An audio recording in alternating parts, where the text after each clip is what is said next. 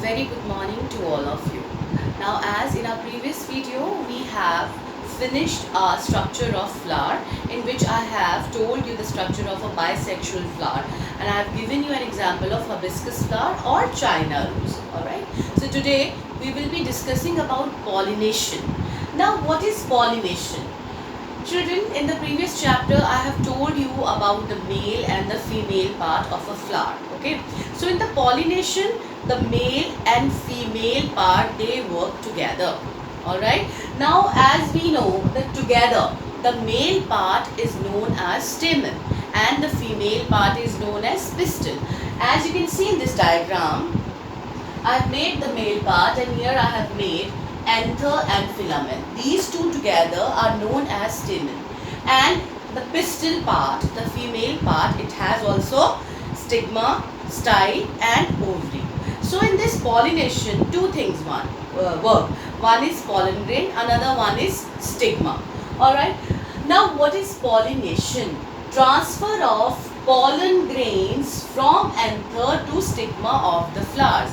Whenever pollen grains, they get transfer from the male part, that is the anther, from the anther to the stigma of the female flower. This is known as pollination, and pollination is necessary for the reproduction. It is very necessary for the production of seed. Okay, actually this anther, it contains a powdery material. Okay, that powdery material is known as pollen, and those pollen contains pollen grains, and those pollen grains are male cells, okay, or gamete cells, which help in the further pollination. And after pollination, the further process which starts is reproduction. Alright, now pollination can be of three types. Alright, one is autogamy, geitonogamy and allogamy. Now, what is autogamy? When the pollen of a flower gets transferred to the stigma of the same flower. What did I say? I said when the pollen of a flower gets transferred to the stigma of the same flower. This is known as autogamy. For example, let's take the example of this flower. Okay, the pollen of this flower will be transferred, supposing these are the anthers. Okay, let us take these are the anthers. So if the anthers, pollen grains from the anther, they will get transferred to the stigma of the same flower. This is known as autogamy. And what is geitonogamy?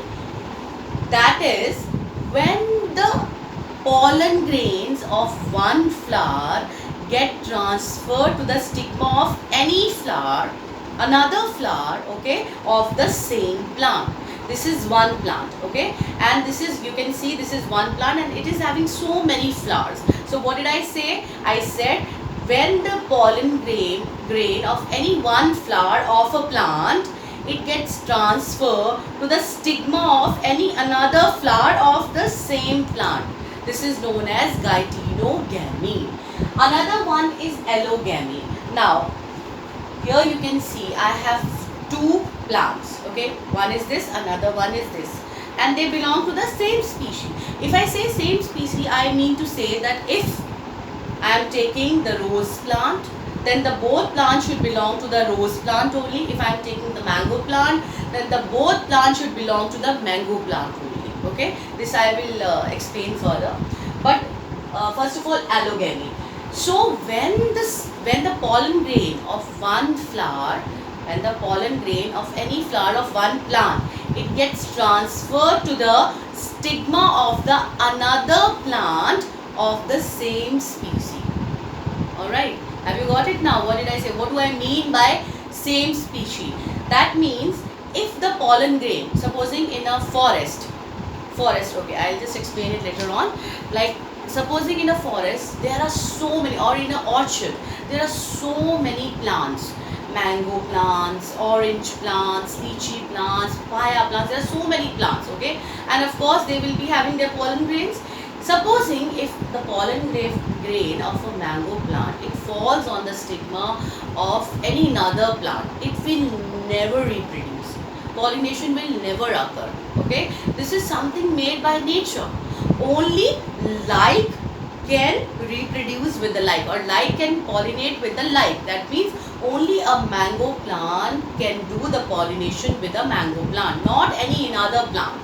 Okay, so like in insect pollination, insects, they sit on so many flowers, they sit on so many plants, and of course different type of pollen grains, they stick to their legs and then they go and they sit on all other plants. So what happens, supposing the mango plant will take only its own, the mango plant will take all types of pollen grains, but only those pollen grains which belong to the mango plant will do the pollination.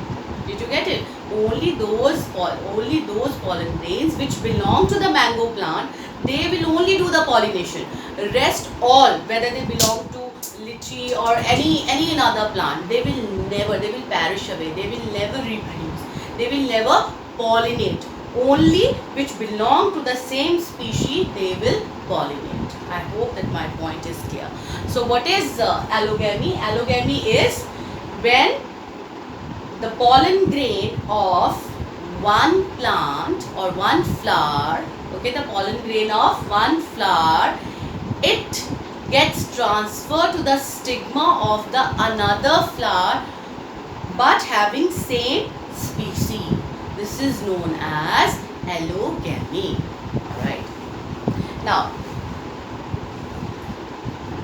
we have two types of pollination: self-pollination and cross-pollination. Okay, you must be thinking the ma'am has told us about these three. So these are the parts of these pollination only. So we have differentiated actually the pollination into two parts: self-pollination and cross-pollination.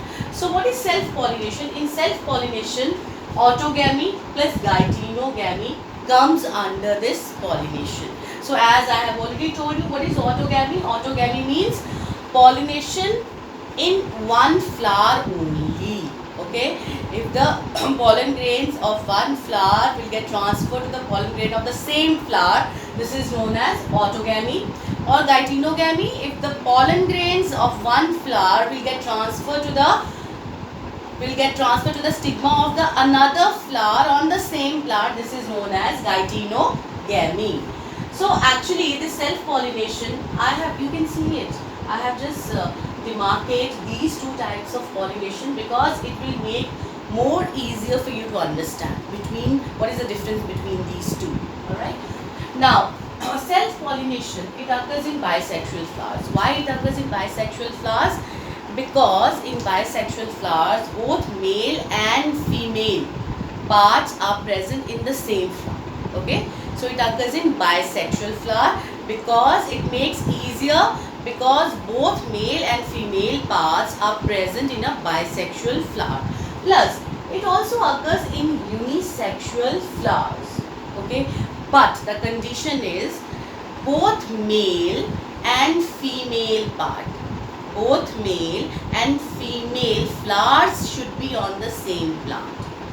Okay, what did I say? I said, yeah, yes, few times this happens that in unisexual flower also this happens, but the condition is that in few flowers, in few plants, what happens, the male and female part, they both born on the same plant. Okay, if they are both bearing on the same plant, then what happens, they will easily pollinate with each other. Okay, so in unisexual flower, how self-pollination occurs? It occurs if male and female plant both are present on the same plant. Now, what are the advantages of this self-pollination? I hope this point is clear, absolutely clear, that it occurs in bisexual as well as unisexual flowers.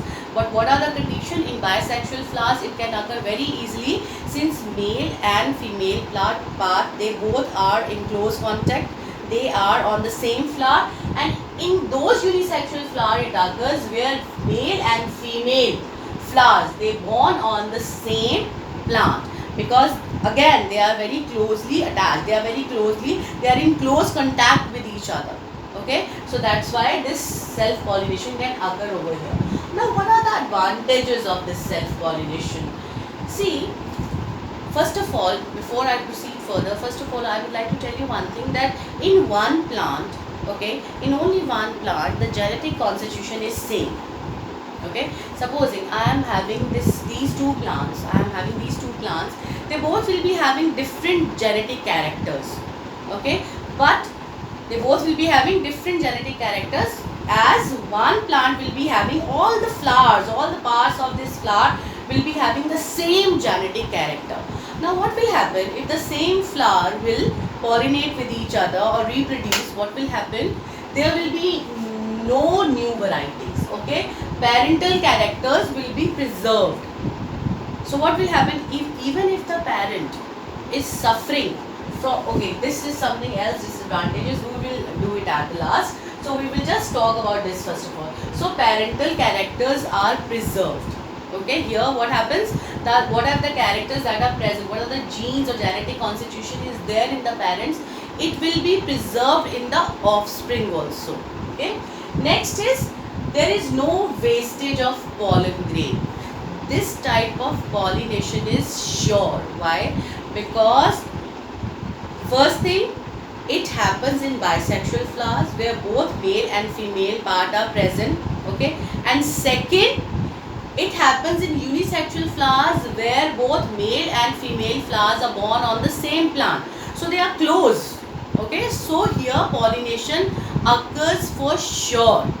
Okay, here pollination occurs for sure, and the pollen grains that are produced, this flower doesn't have to produce lot of pollen grains, because even a very small amount of pollen grain is also fine, because they are in close, again the same reason, because the flowers are in the same contact, or the parts, they are in the same or very close contact.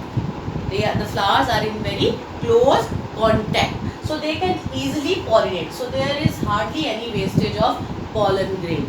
Okay, now next is, here the flowers should not be, there is no need for the flowers to be large and showy. Okay, and the scent and nectar also doesn't have to be produced. Why? Because here this pollination is self-pollination. Okay, it does not need insects, it does not need wind. Okay, because that is why, if it doesn't need insects, so insects are always attracted by the smell.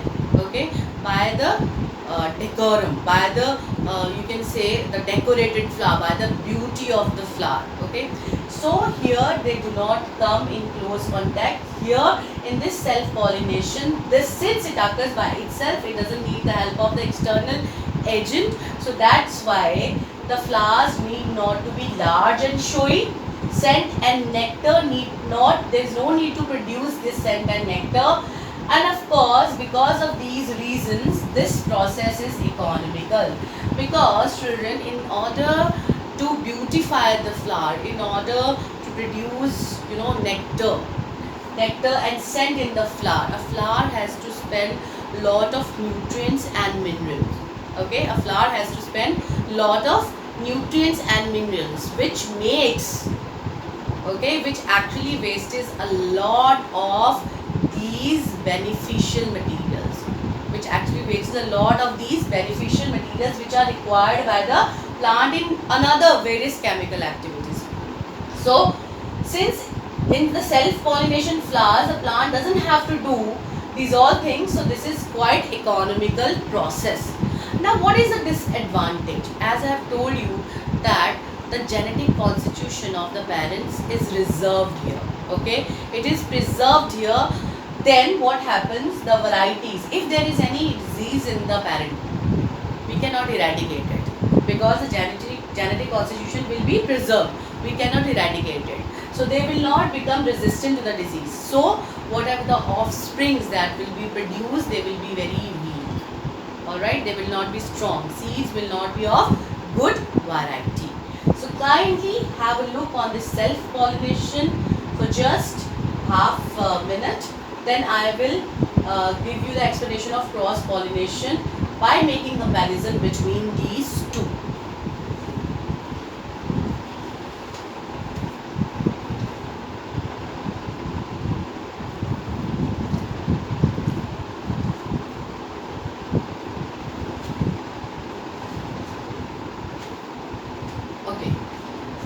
hope you must have read these all points and they are clear. Now next we will talk about the cross pollination. Now how does this pollination happen? As I've already told you that cross pollination happen when the pollen grain of one plant get transferred to the stigma of the another plant. All right, so this is known as allogamy. So but the both plants should belong to the same species. All right, this is very important that we should remember.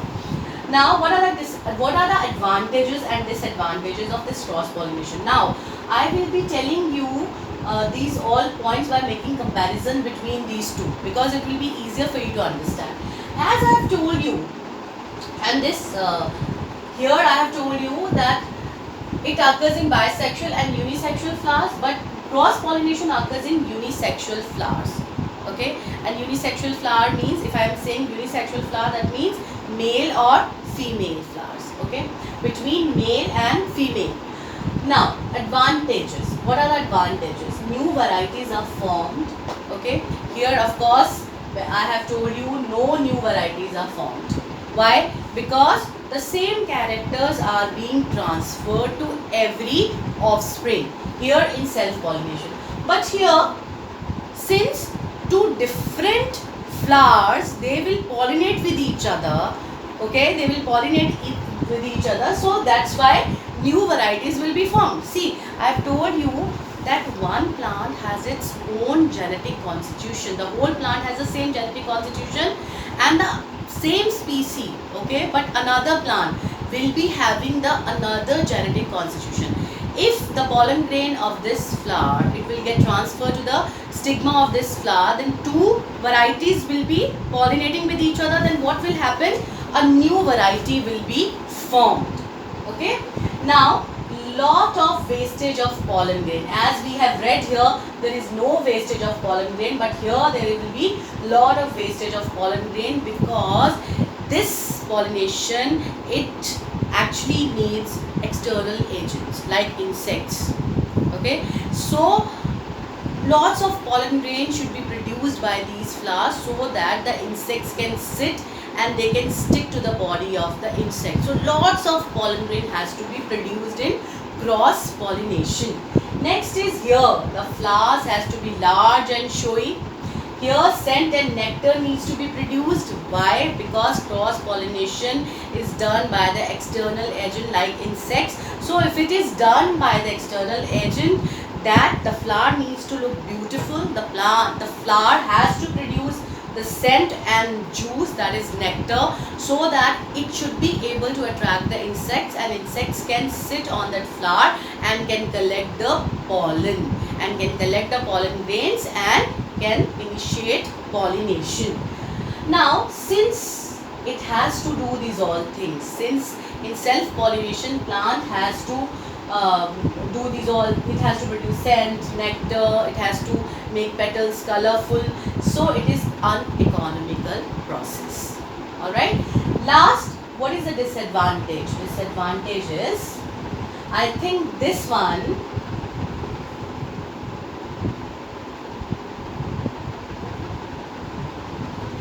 this will come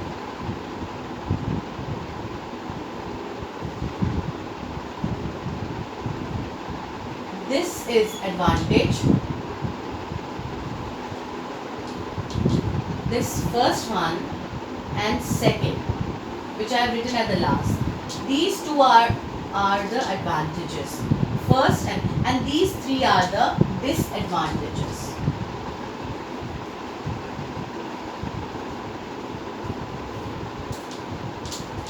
Alright, what did I say? I said that this one, new varieties are formed. Okay, alright. This is an advantage, and varieties are strong and they are resistant to diseases. Why? Because two different varieties are doing the pollination. So whatever the offspring will be produced, they will be very strong. They will be resistant to the disease, because if there is any disease, is there any disease is present, okay, in the parent, it can be easily eradicated in the next generation. So the next generation could be resistant to that particular disease. So here, whatever the offsprings or seeds are produced, they will be very strong, okay, and they will be resistant to the diseases.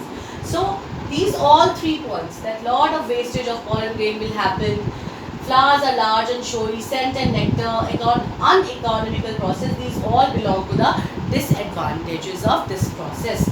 Now, here advantage, new varieties are formed, and this cross pollination is not definite. Why? Because it needs external agent. Okay, when the insect is sitting on one, or insect is collecting, maybe the pollen grains are sticking to the legs of the necks or the body of the insect, it's not sure that the same insect will go to the same plant. And the same insect, if it will not go to the same plant, how the pollination will occur? Because as you know that these external agents are the carriers, these are the carriers of the pollen grains. Okay, so here this one, cross pollination is not definite. So a quick revision of these all things. What did I say? Self pollination is autogamy and dichotogamy. It is allogamy, cross pollination, and self pollination occurs in bisexual and unisexual flowers. It occurs in unisexual flowers. All right. Now advantages of this self pollination are: parental characters are preserved. Here no wastage of pollen grain. Flowers are large, not large and showy. Scent and nectar need not to be produced. So these all things make this process economical. But here, if we will talk about the advantages, new varieties are formed. Okay, this process can form new varieties wherever it cannot form. Okay, and another advantage of this is that varieties are strong and they are resistant to diseases. Here, what is the disadvantage? Varieties are weak and not resistant to disease. Why? Because the same genetic constitution get transferred to the offsprings. But here varieties are strong and resistant to disease. And what are the disadvantages that we have learned in this? That lot of wastage. There is a lot of wastage of pollen grain. Flowers are large and showy. Scent and nectar need to be produced. So it makes this process uneconomical, because here in cross pollination, the flower has to synthesize lot of nutrients and minerals in order to make these all things. That's all for this pollination process. In the next class, we will be talking about the fertilization and all other things. I hope these points are clear. Kindly have a look at this whole written material just for 2 minutes and try to understand. If you will be having any query, kindly do ping me and do ask me about anything that you want to know. Thank you. Have a nice day.